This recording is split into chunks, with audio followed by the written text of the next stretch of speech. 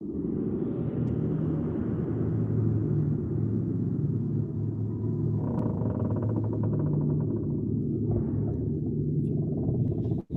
hi, welcome to another brand new episode of Weird World Weekly, a production of Galactic Netcasts. It's Dave and Matt here. Hi, Matt. You're too happy right now. I know. I don't know why. It's weird. Yeah, it should be like Weird World Weekly. But it wasn't that. It was just you're peppier than you usually are. Not that I'm complaining, but I'm just not feeling the whole acting weird thing tonight for some reason. I don't know. That's fine. It's almost the weekend. It's spring's about to happen after it's cold as hell. You know what that is? I think that's it. I think because we're getting just a little bit more sun now. Yes. So extra bit of whatever comes from the sun I think it's improving my mood. Vitamin D. Yeah, there you go. I think that's it. I went to work out and it was sunny walking in. Or I should say sunny. It was still bright out, light out. It wasn't pitch black. It was awesome.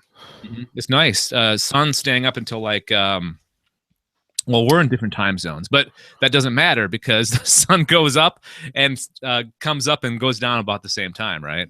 Well, yeah. So it's light till poutine 30 there. Poutine 30. Exactly. Yeah, right. All right. Let's get into the podcast where we talk about the paranormal, the mythological, the conspiratorial, unexplained, anything else that fits the weird, the odd, the strange, and the unusual.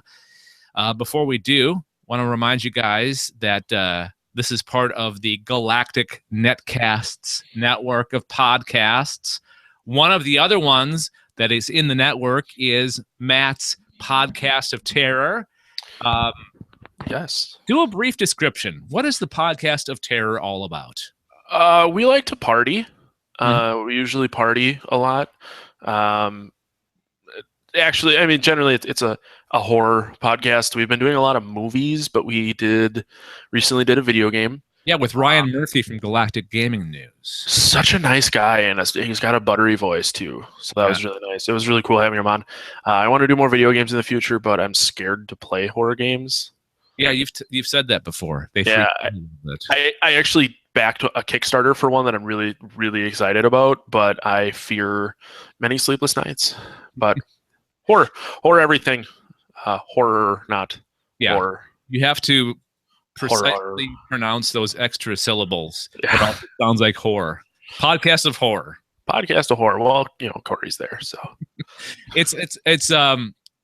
I gave Corey and Matt free reign on doing Podcast of Terror because normally most of the other podcasts in the Galactic Netcast network are pretty tame, profanity free. But I said, you guys have at it, do the explicit tag, and you guys took it and run with it. You guys, yeah, but you have to admit it works. Yeah, no, it's for that type of podcast, it totally works. Yeah, you're right. The two people that you asked to do it, you kind of have. Yeah. I never knew that Corey was that dirty. Neither did I. But it's still. The problem is Corey's dirty, and then I feed off of Corey being dirty, and we ultimately make each other dirty. Back to the original point, though. Yes. Podcast of Terror, Weird World Weekly, the Sci-Fi Geeks Club, Alien Invasion, Exploring the X-Files, Adventure Party, Who Knew in Review, Galactic Gaming News.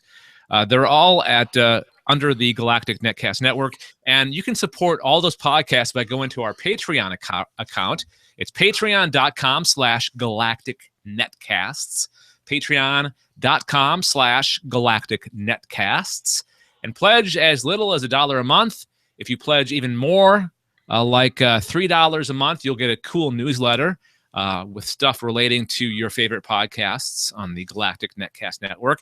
$5 a month will get you an extra little bonus podcast, which we need to do one of these days. Yes. Do it before the end of February, definitely. So, okay. Again, patreon.com/Galactic Netcast. Go there, give your money, and help us do things like pay for web hosting and audio hosting, that kind of thing. We're just kind of trying to pay the bills with the money that we raise.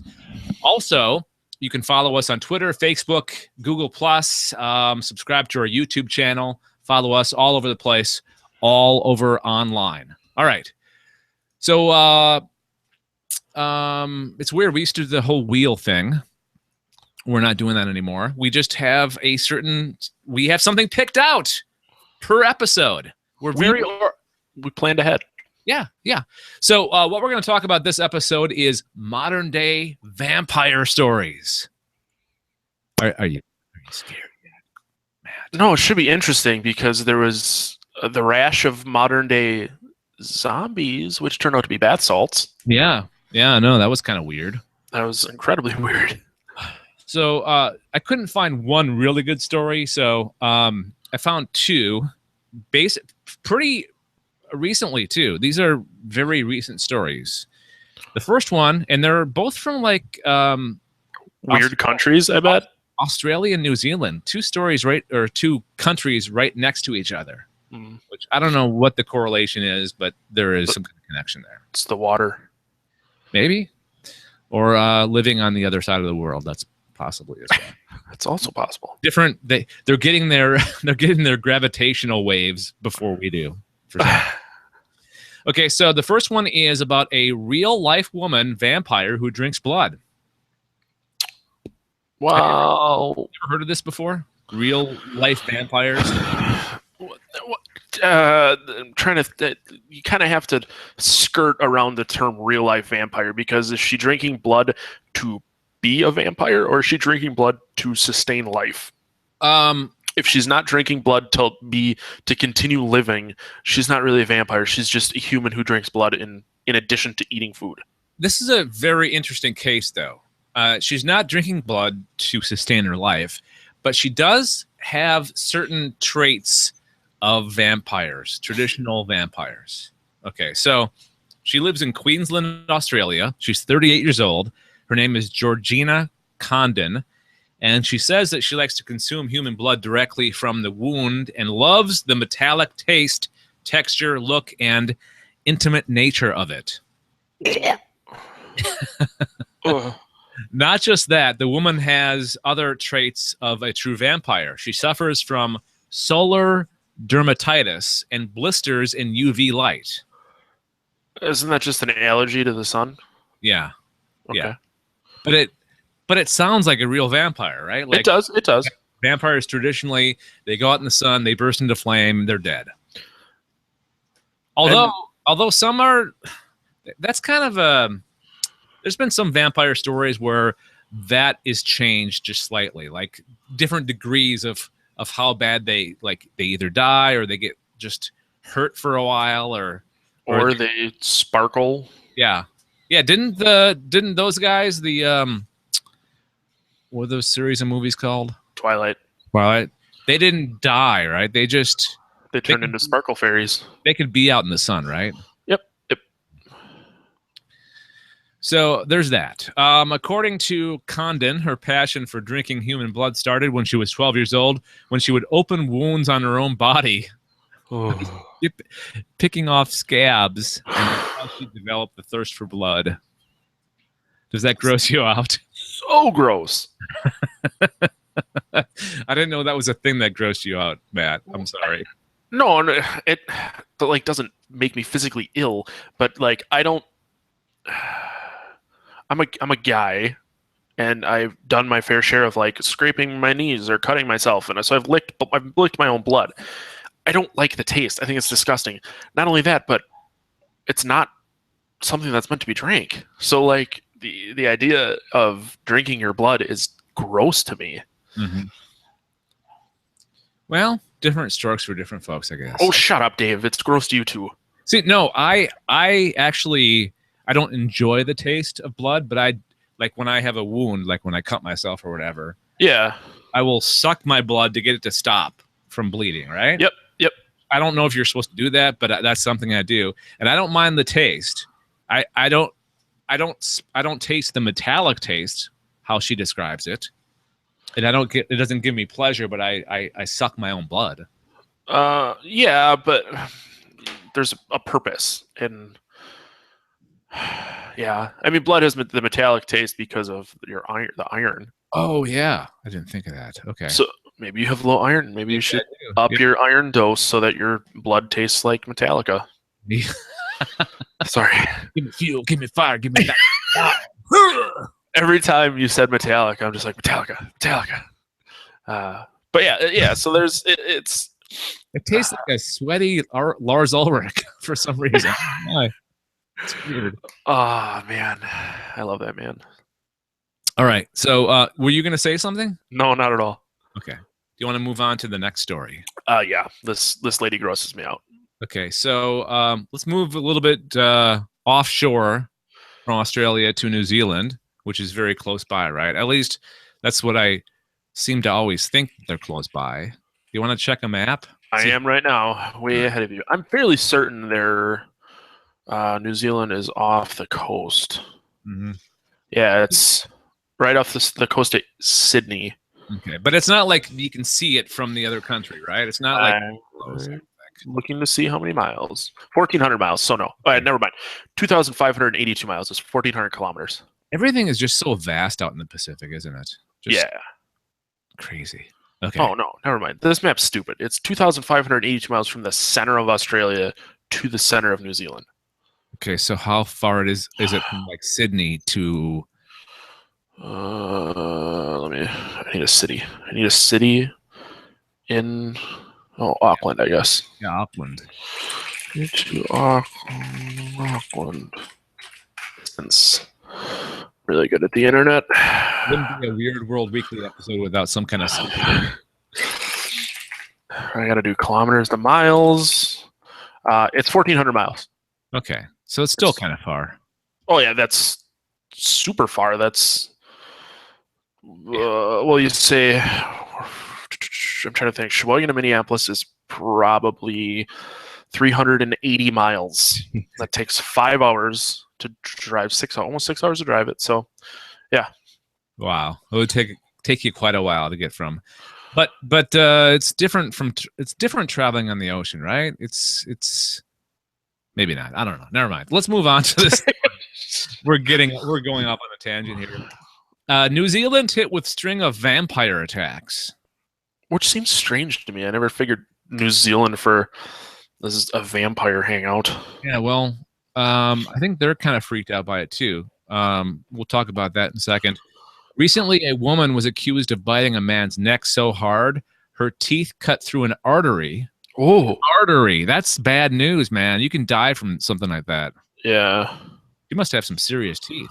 Well, another woman was arrested after allegedly chomping on a woman's ear. Mm-hmm. I thought all I saw was chomping on a woman's ear, I thought it was Mike Tyson. Stuff.co.nz reports the two incidents on Saturday and early Sunday morning were unrelated.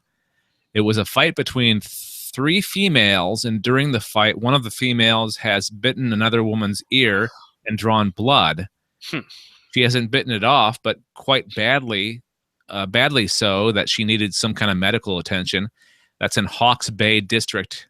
And then a few hours later, police were called to a separate biting attack at Napier Pub. Napier Pub. Wonder what kind of beer they have there. Bet you it's pretty good. Probably. Yeah. Officers said a woman became involved in a brawl at the Thirsty Whale. Wait a second. I thought this was at the Napier Pub. We're moving down the street to the Thirsty Whale. Come on, get your pubs right. The New Zealand has the best bar names in the world. Yeah, it seems that way. So let's see. Bit a man on the neck. The man lost so much blood he was taken to a hospital in serious condition. Oh. We've never seen these people before. They're certainly not locals, this officer said. Earlier in the week, another person was bitten during a family violence incident. It is a little weird, the police spokesman said. Yeah, you think? You think it's a little weird? That's just every day here. Yeah. So, what do you think's happening? What do you think this is like some kind of vampire cult? I honestly think that people get so infatuated with the idea of being a vampire and the glamour that usually comes along with being a vampire that they're trying to live they're trying to live life as a vampire. It's the same thing as like someone who's a furry. They want so badly to be something else that they act it out. Well, This is going to sound weird, but this is kind of the place to do it. Is I dated a girl who was really into the idea of like vampires. really? And yeah, it used to, like, not to the extent of drinking blood, but she would watch like vampire movies and get turned on. All right. Do you know what I mean? So it's the same concept. It's just to a much lesser extent. Well, vampires are mostly portrayed as being very passionate. The whole process of the vampire biting the victim, there's a lot of passion involved. So I can see how that would be appealing. Yeah, and vampires are always pretty. Show me an ugly vampire. They always in shape. They live forever. They're always like doing glamorous party stuff. So like, yes, the idea of being a vampire is often glamorized. Except for that one vampire in Nosferatu. Is it Nosferatu? Oh yeah. Graf Orlok, which is also an exceptional band that no one would like except like me and 4 people. If you're playing the Weird World Weekly drinking game, take a drink because Matt mentioned a band name. Oh wait, that's part of it? No, I don't. I just made that. But you do mention band names every once. Yeah, I correlate bands and stuff to a lot of things. Hey, that's your thing. It is. It is. Weird freaky fetishes is my thing, but we won't talk about that right now. Yeah. Anyways, weird freaky fetishes. So, you vampires out there, or you vampire wannabes, you go for it. You do that vampire thing. If it makes you happy, if you get some pleasure out of it, then I say go for it. If you're not hurting anybody. I agree. Do what makes you happy. I just think you're weird. All right. So that is it for this topic this week. Real life, modern day vampires. We would love to get your feedback on what we talked about on the show tonight. 805-328, or whenever you're listening to this, could be in the afternoon. 805-328-3966. And I have to apologize for it. If you guys ever hear background sounds, I'm in a basement and like there's pipes above me, so this is not really that soundproofed. I have to apologize. At least you're not hearing screaming from a vampire biting into a victim in the background. That could be worse. That's true. That's true. 805-328-3966. weird@gncasts.com is our voicemail number. For more on this podcast, including contact info, subscription links, what have you, go to gncasts.com/weird. There's the exit music, Matt. That means we're going to be leaving here soon. Oh, yeah. For the other shows on the Galactic Netcast Network, go to gncasts.com. Subscribe to this podcast on iTunes. If you like what you hear, please give us a 5-star rating and write a review. That'd be awesome. We're also on Stitcher, Smart Radio. Leave a comment on this episode there as well. All the subscription options and links can be found under the subscribe tab at gncasts.com. So that's going to do it for this episode of Weird World Weekly. Thanks for listening, everybody. And until next time, Matt, what do you want to do? Keep it wacky. I mean, weird. Yeah. Keep it weird. Stick it weird. All right.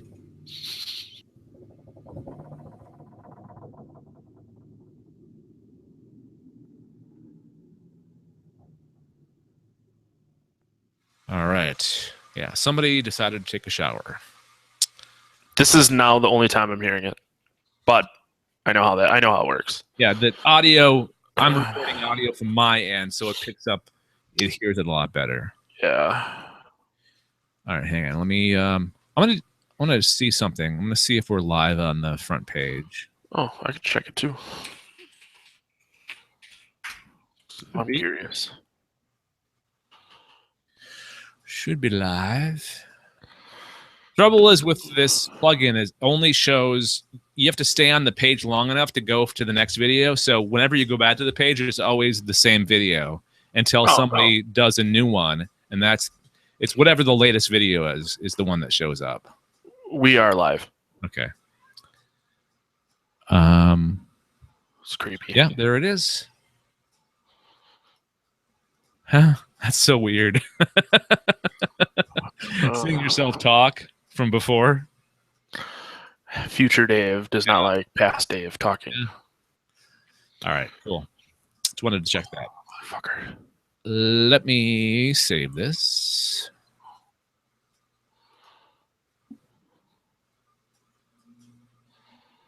Here.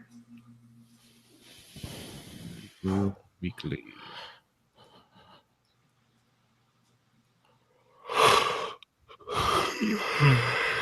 What are the numbers again on this?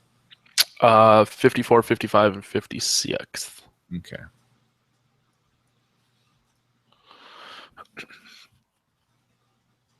All right, I'm going to be right back. Hang on. Yeah, no problem.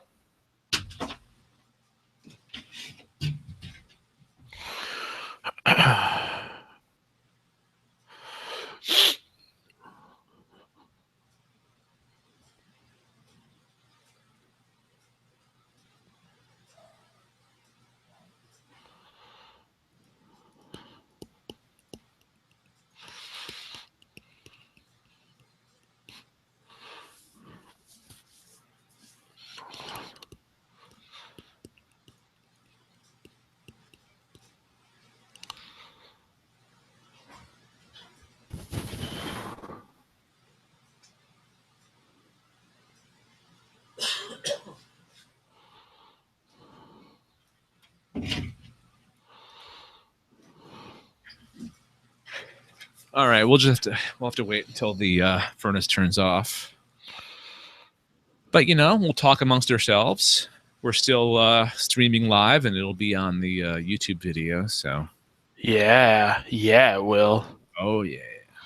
All right, I'm gonna check another thing here. Fine, I gotta buy another Deadpool ticket for my second wife. Your second wife?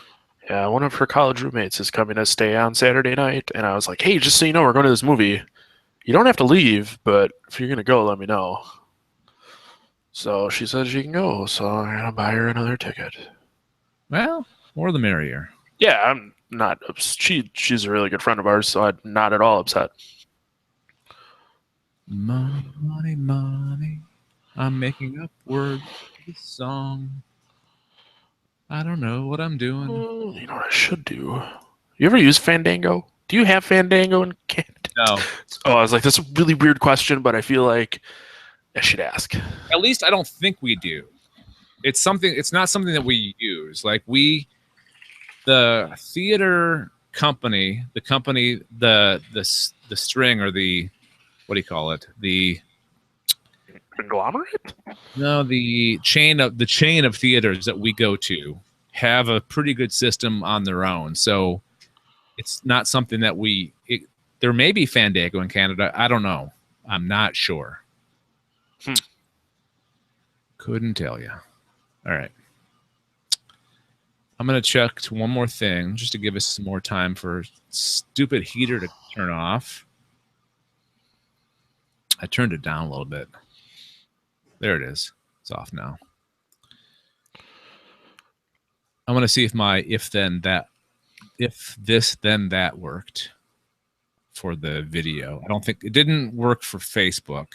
Oh, there's the problem with if this then that. There's almost like too much you can do with it, so it becomes daunting, in my opinion. No, you're right. You're totally right. Like a friend of mine had an if this then that, where if someone posted a music video on a subreddit, it would put the song in a Spotify playlist. Yeah, there's many places where that could break down. Like the chain could break down. Yes, if it does. But if you're, really curious to see what people are putting on Reddit for, you know what I mean? If you're really looking for new music, then it's kind of cool. But that's why Spotify has their Discover playlists and all the other stuff that they put out for you. Looks like it went to Twitter. Okay. Didn't go to Facebook. I'm going to check Google Plus. See if it went there. Although when we go live on YouTube, it automatically automatically goes to Google Plus, I think. Hey, do you use Shutterfly? No. What is it?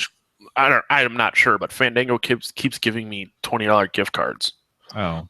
I think it's some kind of like online cloud storage for your photos, I think. Oh, well, that's stupid then. I could be wrong about that. Online cloud storage, my butt. I just got 2 gigs free for doing a security checkup with Google. Kind of nice. Okay, no, it didn't go to that. All right, let's get the show on the road here. Episode 55. Here we come. All right. Wow. It's a lot of episodes. Yeah. All right, so you ready? Mm-hmm. Okay. I'm going to turn my mic down, and we'll be off to the races. So here we go. All right, stand by.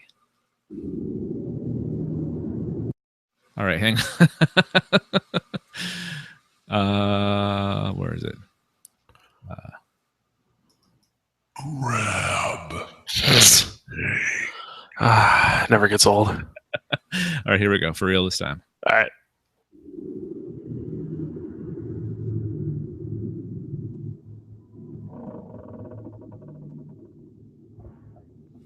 Welcome to Weird World Weekly, a production of Galactic Netcasts.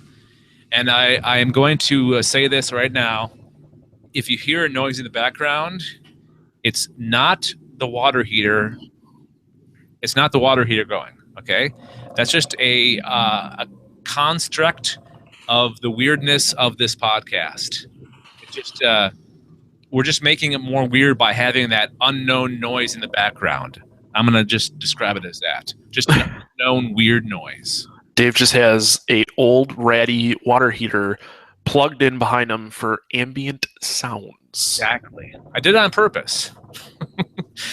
I'm Dave Nelson. That's Matt Stein. Hello, Matt. Howdy doody, Dave. Howdy doody to you. Are you ready to talk a bunch of weirdness, like crazy amount of weirdness? Only if you could describe it as being an overabundance of weirdness. I could describe it as an overabundance of weirdness. Then I'm ready to talk about it. Okay. Let's describe exactly what this podcast is all about. Okay. It's pretty much says it in the name. It's weird. All right. But what are some of the aspects of the Weird World Weekly podcast? Some of the, you see a diamond, the facets of the Weird World Weekly podcast diamond. What would you say some of the facets are, Matt? You really love the word facet. We do paranormal, a mythological, conspiratorial, and unexplained, or anything else that fits into our definition of weird, odd, strange, or unusual facets. Yeah. So anything. It's really hard to describe because in my head, I know a Weird World Weekly story when I see it, right? Yeah. You may see the same stories and we may be on the same plate, right? But maybe not. So I just, I don't know where I'm going with this. Me neither. I do know about the Patreon account at patreon.com/galacticnetcast, where you can help us support the Galactic Netcasts network. It's a network of podcasts, including Weird World Weekly, Galactic Gaming News. We've got Who Knew in Review, Alien Invasion, Sci-Fi Geeks Club, Adventure Party. You've got your podcast of terror. We've got the Exploring the X-Files. We're going to have that new one with Gregor and Corey soon called Else Nerds. So the network is growing, and we need your help paying for things like audio hosting and web hosting. It's like maintenance things. It's like we're trying to keep the lights on, as they say. Yeah. So all we're asking is for a very small monthly donation of like $1. Okay. You know, and I can attest to that because before we really started ramping this whole thing up, I gave $1 because I believe in what we do. I don't even miss the $1. A lot of times, I don't even know that it came out. They tell me it came out, but I don't miss that $1. Yeah, $1 is like a surcharge, right? It's like if you were, I don't know, use your card somewhere and they charge you $1, like the ATM machine, right? Sometimes you use not your bank ATM machine, they charge you like $2-3, right? Yep. You don't even miss it. And that's same concept here. $1, $3, you actually get something back with the $3 donation every month. You get a newsletter with extra weird stories every month. How about another podcast? How much would it take to get you in a bonus podcast, Matt? How much would it be? Is that a Patreon question, or is that a how much I need to be paid to do a bonus? No, that's Patreon. Oh, I was like, I have to do it for $5. $5, yes. For $20, I'll do a cooking show. Yeah, so someone wants it. That's the one reward that we don't talk about ever. It's that $20. You give $20 a month, every month, like regularly, you get to produce your very own Like you have to come up with the idea for a podcast. Then you tell us who you want on the podcast, and we'll do that podcast. $20 a month. How valuable is that? Which, mind you, coming up with a name for a podcast is harder than it sounds. Yes, it's really hard. Yeah. Remember that day we came up with a name for your podcast? I remember just days of just randomly saying things back and forth until we finally came up with one that we both liked. Yes. Yeah. I remember that. So if you can help us out, go to patreon.com/galacticnetcasts. That's Patreon, patreon.com/galacticnetcasts. Also, don't forget to follow us on Twitter. You can join our Facebook group or subscribe to our YouTube channel. Getting lots of subscribers there, and we have the links on the main page of our website at gncasts.com. All right, let's talk about some weirdness here. And this is something. You ever heard of the show The 100? The 100. No, I don't believe so. It's a show on the CW. Oh, that's probably why. Yeah. Well, it takes place in the future. It's a future where humanity wasn't in space for the longest time because our planet was poisoned. So, like not the uber rich, but like people that were well off were shuttled into space on a space station, and like I think like 100 years later or something like that, they were running out of air up there, so they had to come back down to Earth. First, they put a whole bunch of their kids for some reason in a spaceship and blasted them off, and they landed, and they had to survive for a season. And then the rest of the station came down. And so the rest of whoever survived that ended up on planet Earth again, fighting the indigenous people called the Grounders. So there were people that survived on Earth, but they were a lot different than the regular humans. And this it's called The 100. That's the show. And part of the plot of The 100 is Mount Weather.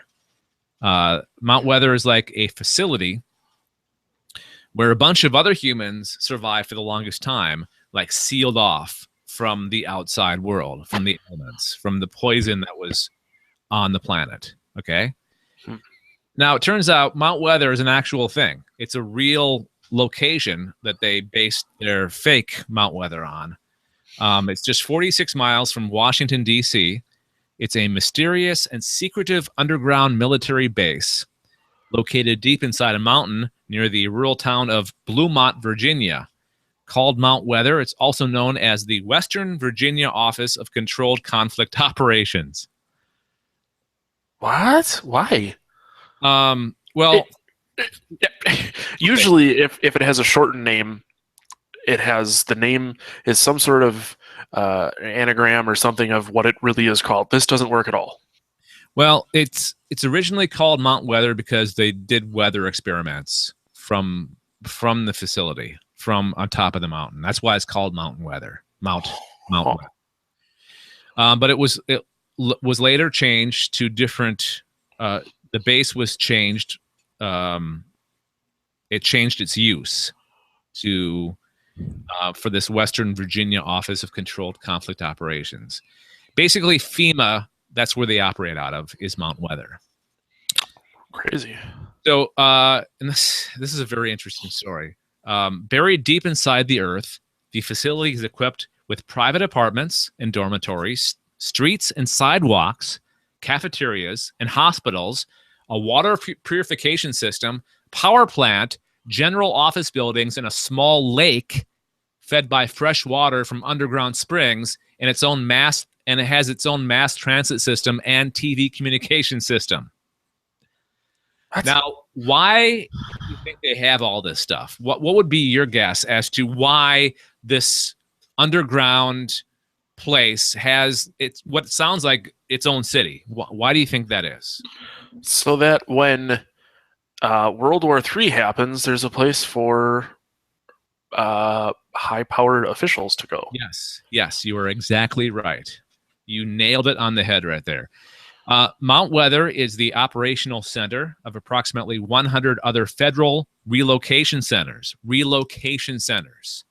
So, yeah, you're right. When the government, when the world goes to crap, the government, which is nearby in Washington, D.C., flies out to these various locations in the mountains, and they're safe from whatever happened, be it a nuclear war or some kind of like civil uprising of some kind. So, together, this network of underground facilities constitutes the backbone of America's continuity of government program.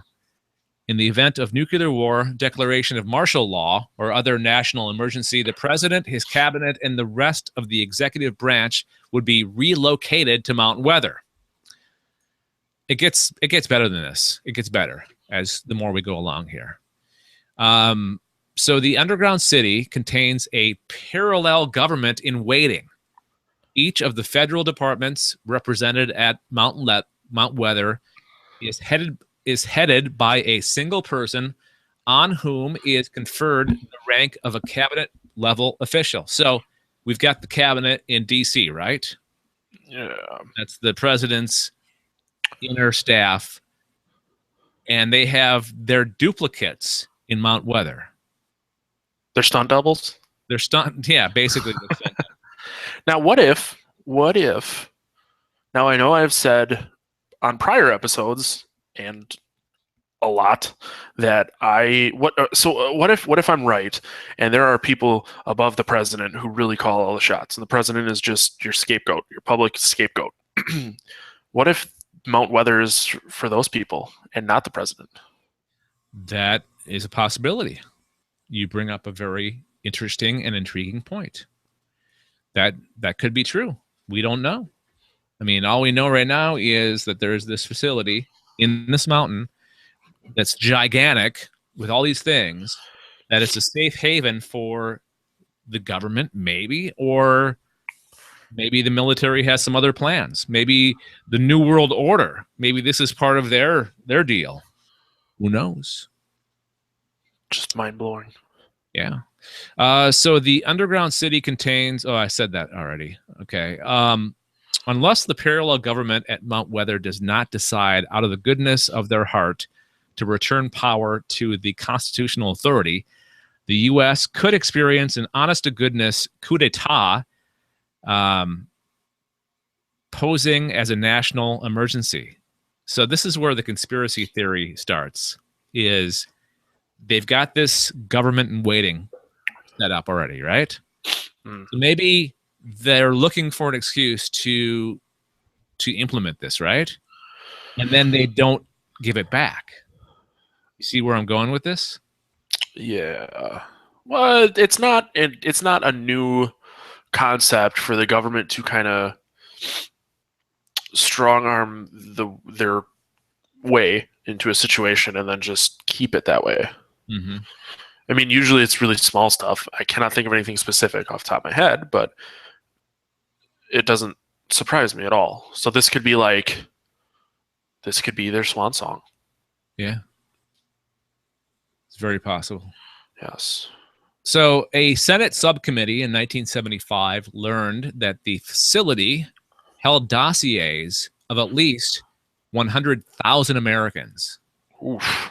Senator John Tunney later alleged that the Mount Weather computers could obtain millions of pieces of additional information on the personal lives of American citizens simply by tapping the data stored at any of the other 96 federal relocation centers. But figure this is in 1975. Yeah. Imagine what they have now with social media and everything. They probably got something on everybody. Yeah. So what this sounds like to me is it's set up for some kind of huge disaster in the world, right? Like back in the 70s, their big concern was a nuclear war with Russia. The bombs start flying, cities are destroyed, and whoever's left gets taken to these facilities, not just the government officials, but maybe these 100,000 Americans that they're handpicked. Remember that movie? Was it 2010, or 2012, where they had those big ships because the environment changed so drastically that the oceans overtook everything. And they put those selected people on those ships and sent them out, and they eventually ended up I forget where they ended up, but there was a select group of people that were picked to be part of the new starting over again in the world. It was 2012. Did they end up in China? I've never seen it, but did they end up in China? I think so, yeah. Okay. Yeah. It had John Cusack in it, which was likely the reason I didn't see this. Okay. All right. So one of the main things they do at Mount Weather on a regular basis is play war games. Approximately the 240 people that work at Mount Weather, they do war games. They're intended to train the Mount Weather bureaucracy to managing a wide range of problems associated with both war and domestic political crises. Mount Weather personnel study more than war scenarios. Domestic crises are also tracked and watched, and there have been times when Mount Weather almost swung into action. So there's been a few cases where they almost were like, yep, this is it. We're going. We're taking over. Government, come here.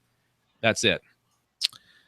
So using all the data generated by the war games and domestic crisis scenarios, the facility continually maintains and updates a list of names and addresses of people deemed to be vital to the survival of the nation who can assist essential and non-interruptible services.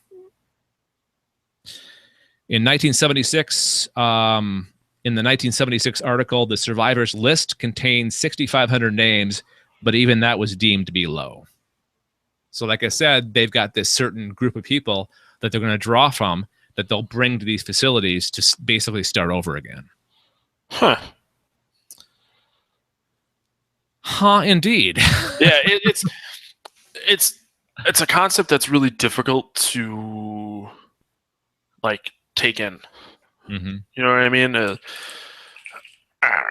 know. It's interesting. It's incredibly interesting to me. I didn't know about Mount Weather, but it doesn't surprise me that it exists. Mount Weather in the 100 is basically what happened. There was this group of people that they had handpicked, and this global disaster happened. Sounds like they put a whole bunch into space, but then they also had this other facility where they went underground. So they're using it as it was originally intended. Huh. All right. We would love your feedback. What do you think about Mount Weather? What do you think? Do you think it's something nefarious, or do you think it's just a government facility that is on the up and up? We would love to know. Give us feedback, 805-328-3966. You can email weird@gncasts.com. weird@gncasts.com. Let's see.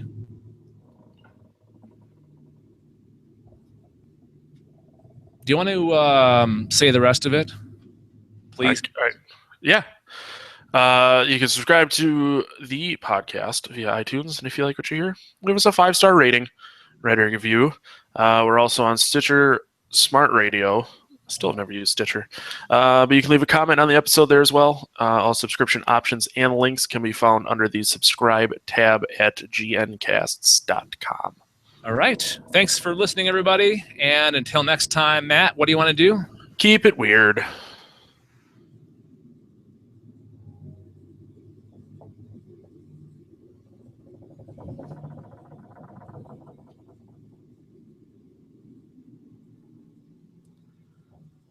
All right. I'll be right back, okay? Yeah, no problem.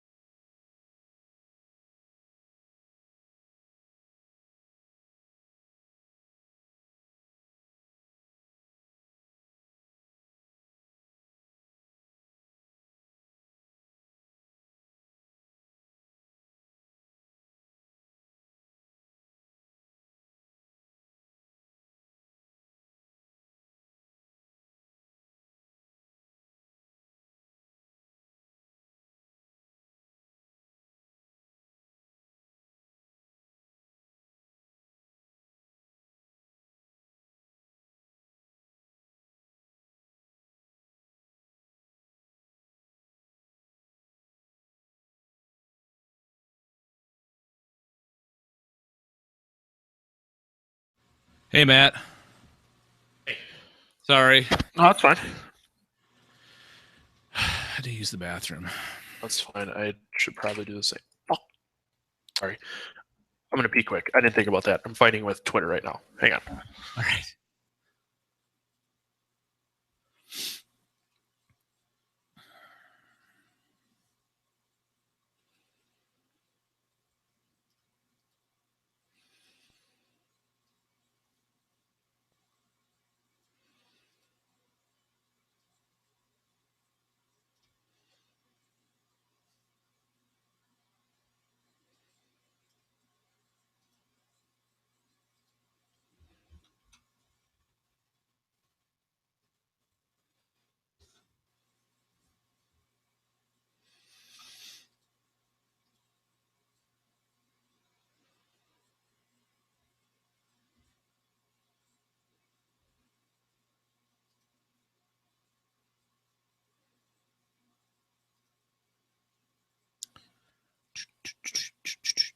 Hello, Internet. Hello, YouTube. Please stand by for another episode of Weird World Weekly. 18th, 25th, 18, 19, 20, 21. So you talking to yourself? I was talking to the Internet. Oh. We are live on the Internet. What's the next date that comes after the 25th? A week after the 25th. What is that? March something? March 3rd. Thank you. Mm-hmm. Fucking.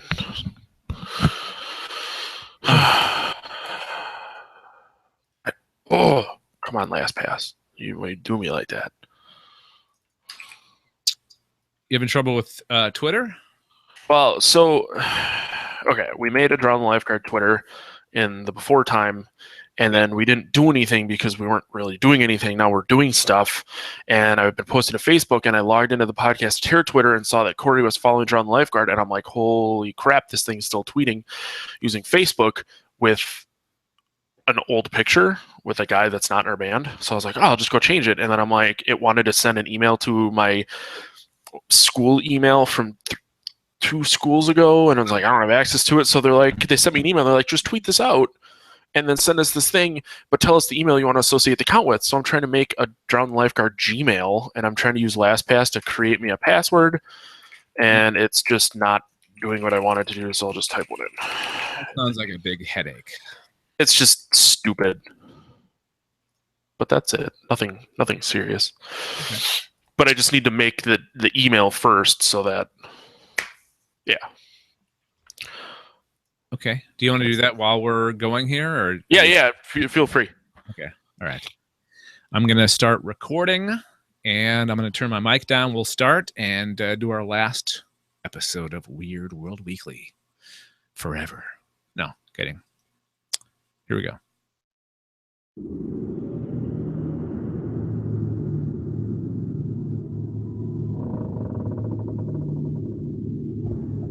Hello and welcome to another episode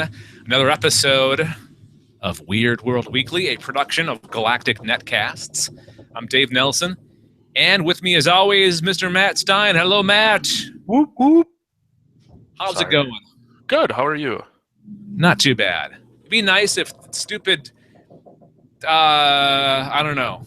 I guess that was last episode. I was talking about the water heater, but it's added again this episode, so you know, what are you gonna do? There's nothing I can do about it. Right. You know? Maybe my house is possessed. Maybe I have a ghost in the machine. It wouldn't surprise me. I think your house is haunted. Yeah, we've talked about that before. Many times. Weird things have happened here. Yes. All right. Hey, this is the podcast where we do talk about weird things like houses being possessed, or in general terms, the paranormal, the mythological, the conspiratorial, or anything else that is weird, odd, strange, unusual, or what we deem as fitting into this podcast. Before we start, I want to remind you guys that you can support Weird World Weekly and the rest of the Galactic Netcast network that we're on by going to patreon.com/Galactic Netcasts. You know how you have things that you have to pay for, like your Netflix and maybe your Amazon Prime once a year? What else is a thing that is kind of a luxury, but you still pay for? Cable bill, perhaps, right? My Bacon of the Month club. Yeah, Bacon of the Month. Maybe a loot box. Those monthly things that you get. Well, this is kind of that way, but a lot less money.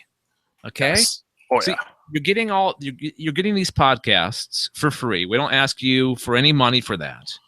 Like, it's not required to get the podcasts, but in return, we ask for things like maybe $1 a month. It's not required, but if you feel passionate enough about what we do, and if you like what we do enough, and you want to help out, if you have the extra $1 a month, please go to patreon.com/Galactic Netcasts.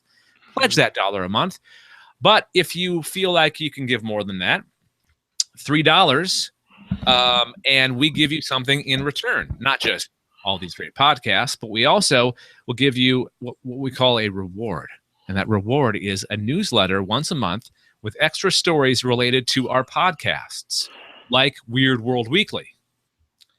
Now, we've got one more. Well, we got two more. We'll talk about one of them, the $5 a month. That will get you an extra episode, a small bonus podcast of our shows. So, again, Matt, what's the address that they need to go if they would like to support Galactic Netcasts? You can just go to gncast.com. If you want this one, it's gncast.com/weird.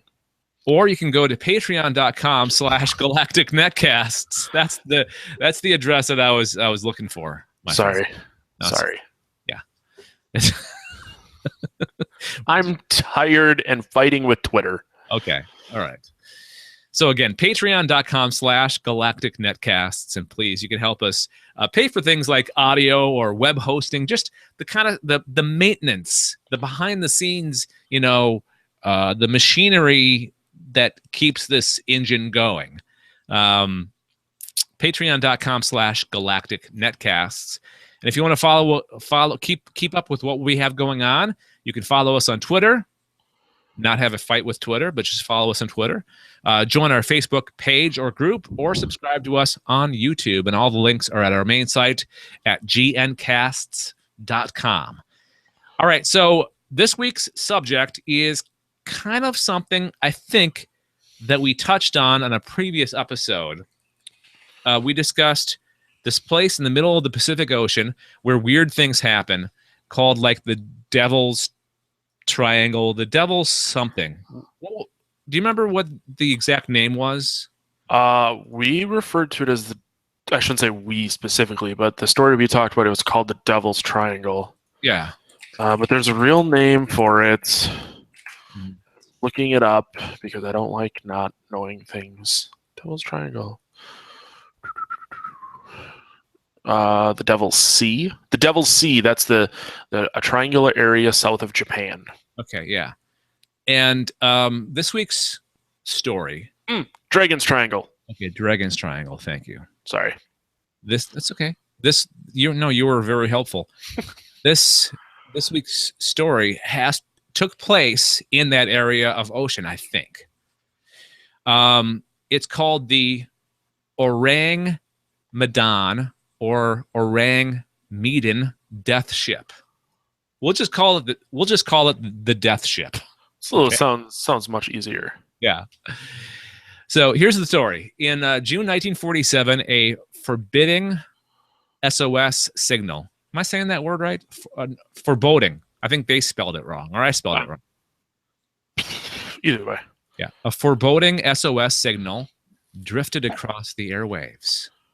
All officers, including captain, are dead, lying in chart room and bridge, read the message. Dun, dun. Possibly whole crew dead. This was followed by some indecipherable Morse code chatter, probably more SOS signals, and then one final grisly message, I die. And then Silence. Nothing. So, of course, people intercepted this message, and one of the ships, or the first ship to go investigate and help these people out was the what is it called? The American merchant ship, the Silver Star. So they reached their location first. A number of ships heard it, but this was the first one on the scene, basically. So they arrived. The crew was nowhere to be seen above decks. So they had to board the ship, see what was going on, to investigate. The American ship hailed the Dutch vessel with whistles, calls, and hand signals, but there was no response. A boarding party was assembled, and what they discovered was such an alarming sight that it has made the Orang Medan one of the strangest and disquieting nautical mysteries of all time. All time. Should I go on? Are you prepared for this? Are you, or are you scared? Are you freaked out, Matt? No, not at all. I find the Bermuda Triangle or the Dragon's Triangle, I find it interesting. So I'm actually excited. You're on board. I am. Figuratively, not literally. Okay. So every member of the ship was dead. They were all laying there dead. Nobody was alive. The crew's corpses lay scattered on the decks. More than this, their eyes were still open, faces upturned, some with outstretched arms, and expressions of sheer terror on their features or on their faces. They looked like they were freaked out, like they died in the middle of some freaky thing going on. A trip to the communications room revealed that the author of the SOS messages, also dead, his hand still on the Morse code sending key. You know that little thing where you tap, you make the Morse code go on? Yeah. His hand was still on it. Eyes wide open and teeth bared. Strangely, there was no sign of wounds or injuries on any of the bodies. Are you freaked out? I don't know if freaked out's the right word. I'm just curious. Okay, we'll go on. So, what do you think the crew did?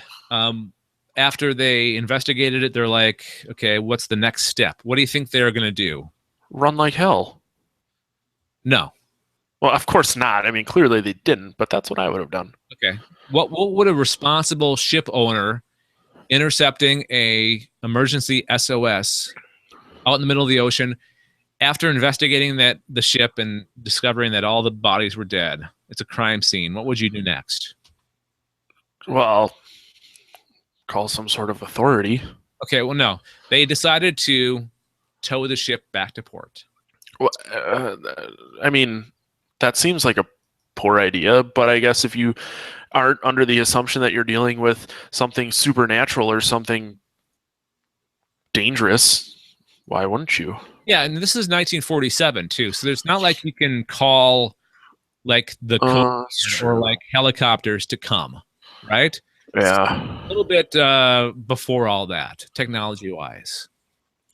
And this is right after World War II as well, so that part of the world was still kind of recovering from that war.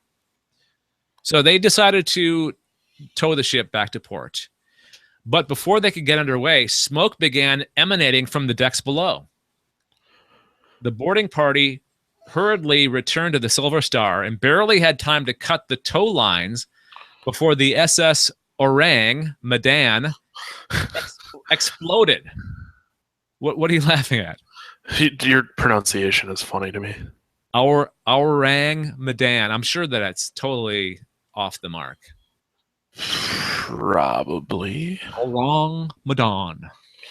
Orang Medan. Should look that up on YouTube, the pronunciation videos. Orangutan. Orangutan. That's all I keep thinking about. Orangutan Medan. There you go. Yeah. So the ship exploded with such a force that she lifted herself from the water and swiftly sank. So imagine an explosion lifts the boat up off the surface and then automatically blows up, sinks. So it was very quick. Just happened like that. Okay, so next thing happened.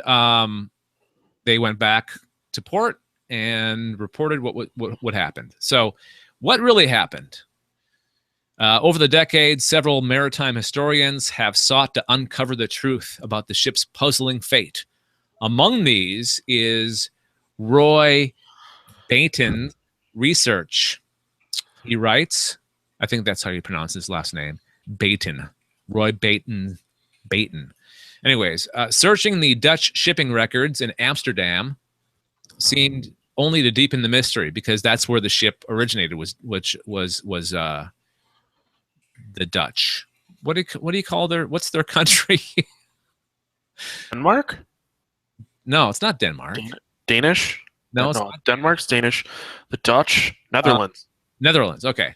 So this is it's difficult for me. Well, because it doesn't make any sense. They're Dutch. None. Where does that come from? I don't. Anyways. Apple pie. Yeah. There was no mention of the ship at all. And his inquiries to the Maritime Authority in Singapore drew a blank as well. Bainton goes on to hypothesis. How do you say that? I have not been following along. Hypothesis? Yeah. Hypothesis. Hypothesize that it was deadly leaking gas that caused the crew's demise, stating that the development of such nerve agents. See, I think I missed a piece of the story when I was copying and pasting here. So there were some. So his theory is there was nerve gas aboard the ship. Now, just take a wild guess. Where do you think that nerve gas came from? The Germans. Where are they in the world, though? They're in the Pacific. What country was our enemy in the Pacific during World War II? You know I'm really bad at geography, right? Pacific is on the other side of the world, the Atlantic and the Pacific. So I'm guessing China? Was China? No, Japan. Japan. Yeah. I get them mixed up. They both have really delicious food. I know that. Okay, so there was a unit of the Japanese army during World War II called Unit 731. And it was a secret research and development department that was dedicated to biological and chemical warfare. However, after the war ended, Douglas MacArthur, and then the supreme commander of the Allied forces, secretly granted immunity to many of the Unit 731 personnel in exchange for providing the U.S. with their biological warfare research. They did this a lot back then. Like the German people, the German scientists that were in charge of the V1, the V2 rocket program the Germans had, they were smuggled out of Germany and eventually became the people that started NASA, or did all the development of the rockets that NASA used. So that's what he was thinking. But in this case, it was biological warfare. So how was this deadly cargo moved around the South China Sea and through the Straits of whatever during this time period? So his theory is you hire an insignificant old tramp steamer, preferably with a low-paid foreign crew, stowed the cargo in disguised oil drums, hoping for the best, okay? And then all of a sudden, one of them leaks, right? It's nerve gas. It's some kind of biological warfare substance, gets loose on the damn ship and kills them all. What do you think of that theory? I like the fact that just something weird in the Dragon's Triangle happened a lot more than the fact that they had nerve gas and logical explanation. But this one makes the most sense out of all. Absolutely. Because there's been other theories like it's something paranormal. There's gas seeping from the bottom of the ocean because of volcanic activity, right? There's that seeps up and somehow affects the crew and kills them all. But this seems like it has it's the most logical of all the explanations. I agree. It makes the most sense. But I'm not on this podcast for always getting logical explanations. In fact, our favorite explanations are the craziest, right? Yeah, the ones that you can't really explain, and we can sit and talk about why we think it went the way it did. That's my favorite. So, do you have a theory? It's really hard to form a theory after hearing the fact that they're, with the nerve gas. Mm-hmm. Because it makes logical sense. The only other thing I can think of is, a ghost. A ghost that sucks your soul got on board and went through them all. Or aliens? Or an alien, yeah. Aliens came upon But I feel like if there was aliens, there would be more of proof of them landing or getting close. Yeah. And there was no marks on their bodies. Nope. There was no wounds. They all just died where they lied. Or they all just died where they were. Mm-hmm. So that sounds to me like some kind of gas. Yes, I agree. And the other point that this author made was the fact that the reason that he couldn't find evidence in the logs and the records of the ship is because the U.S. government intervened and kind of wiped it clean. They didn't want They didn't want this coming out that they were smuggling these nerve agents using some just a commercial ship, commercial vessel of some kind. Which sounds like a government. Yeah, it does. So not only is this story unexplained, but it also has a conspiracy theory element, right? That's a twofer. Yes. Does this come out on Tuesday? 2 for the price of 1. No, maybe we could. Well, then, if this show comes out on Tuesday, it's a 2 for Tuesday. 2 for Tuesday on Weird World Weekly. All right, so there you go. That is, I think we'll steer clear of that area of the ocean for a while, and find some other weird place in the world to talk about next time. So we would love your thoughts, and my screen just went blank. That is awesome. So I'm going to try to wing this. I'm going to try to, hang on. Let me try something real quick. I'm going to close the door, and then close my, almost had it there. My camera.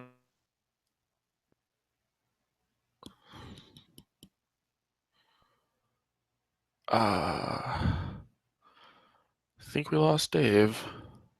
Well, this is uncomfortable.